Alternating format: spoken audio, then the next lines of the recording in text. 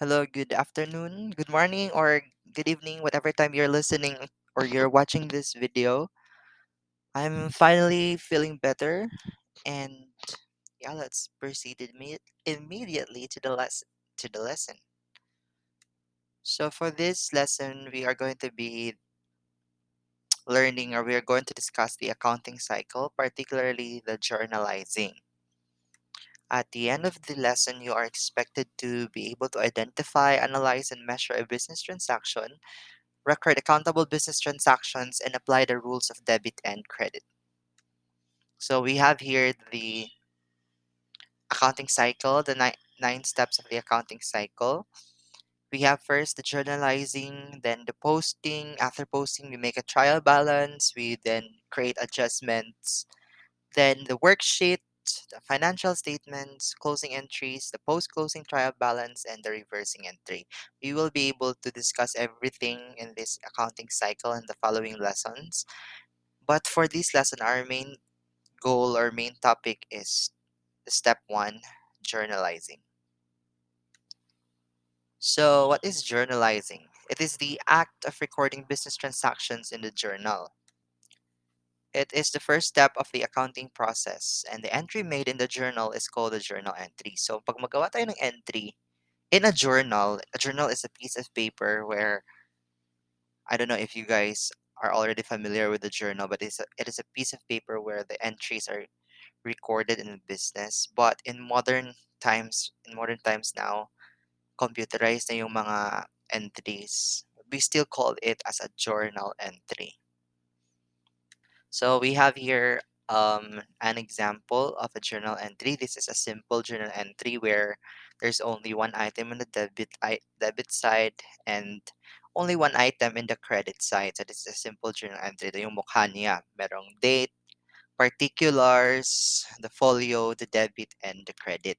We also have what we call as the compound journal entry. So it is compound if there's two or more entries or two or more items in the debit, two or more items in the credit column, or it may be one item in debit, two items in credit, or two items in debit and one item in credit side. So that is a compound journal entry. There's two or more items in both debit and credit.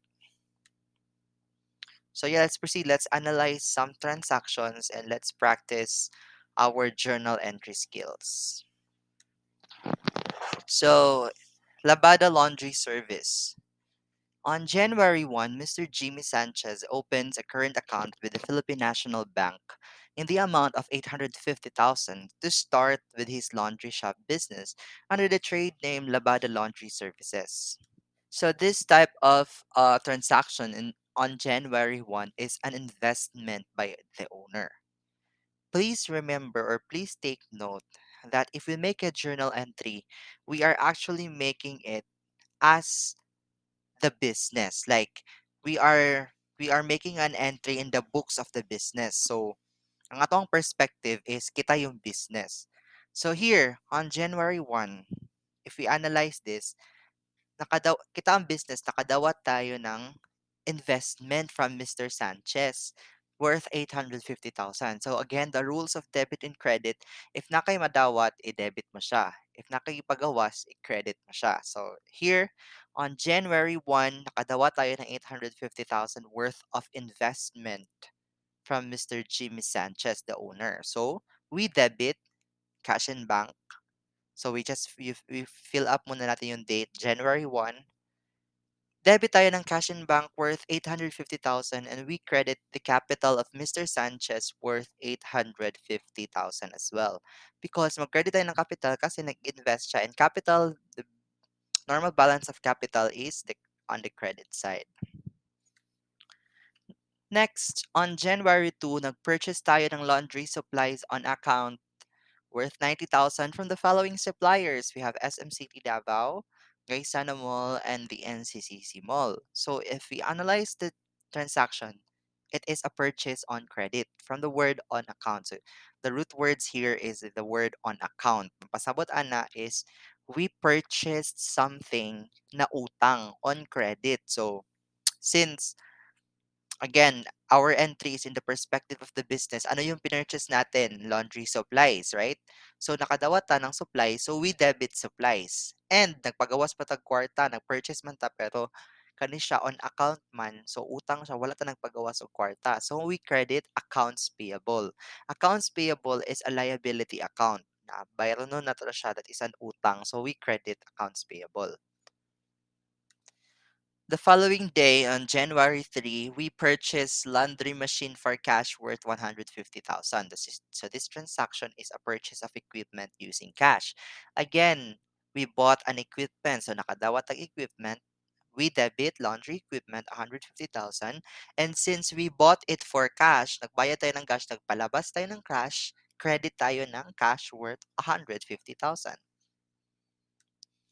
Next, 2 days after January 3, on January 5, we rent our business rendered a laundry services on account worth 80,000 to the following customers: Appleview, Grand Mincing, the Marco Polo, and Royal Mandaya Hotel. So, this is a service rendered on credit. So, kita ato ang business is a laundry shop o laundry business. So, nag-perform daw tayo ng laundry services para sa different hotel.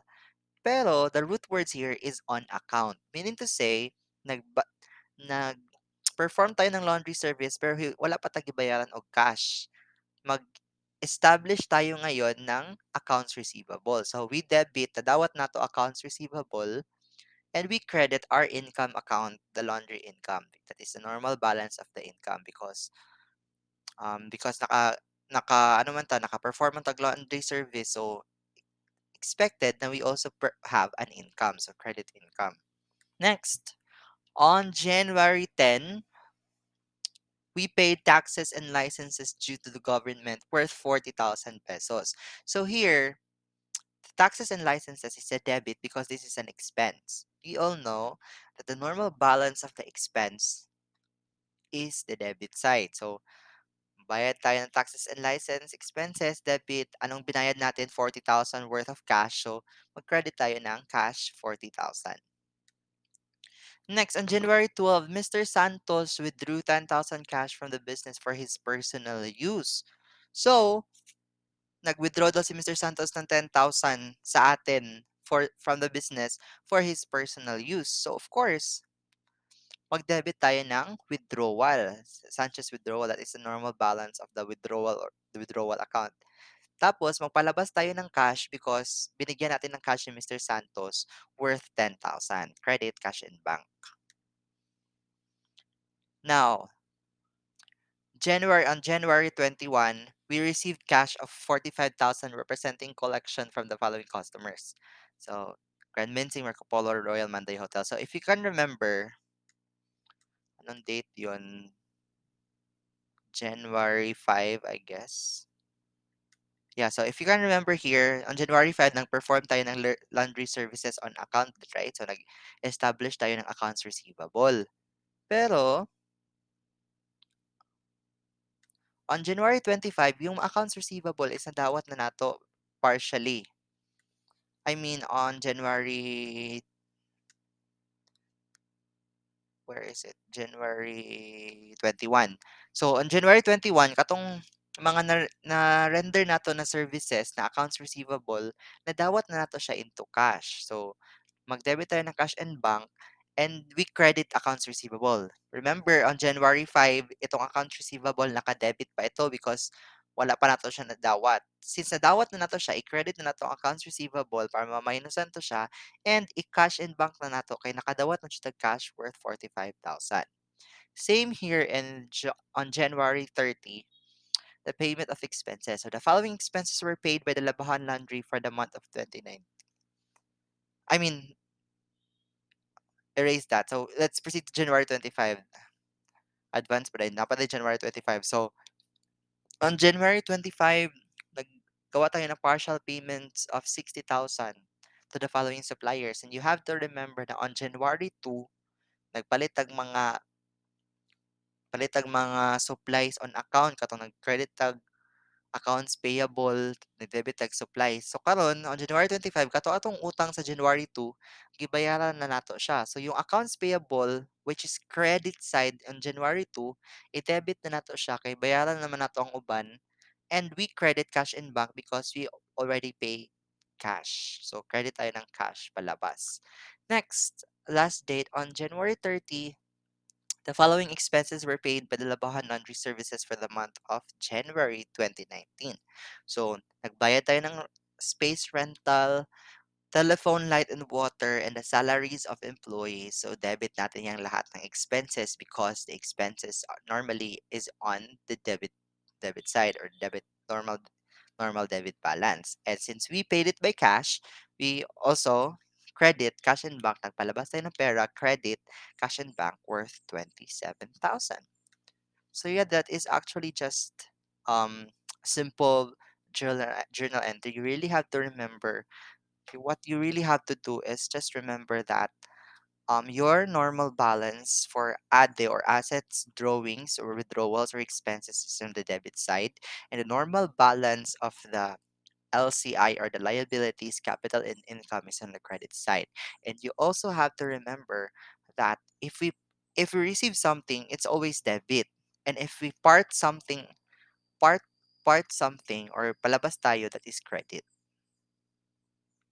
So yeah, that's it for the lesson, and I hope you are able to answer the tasks on the application part of this module. Thank you.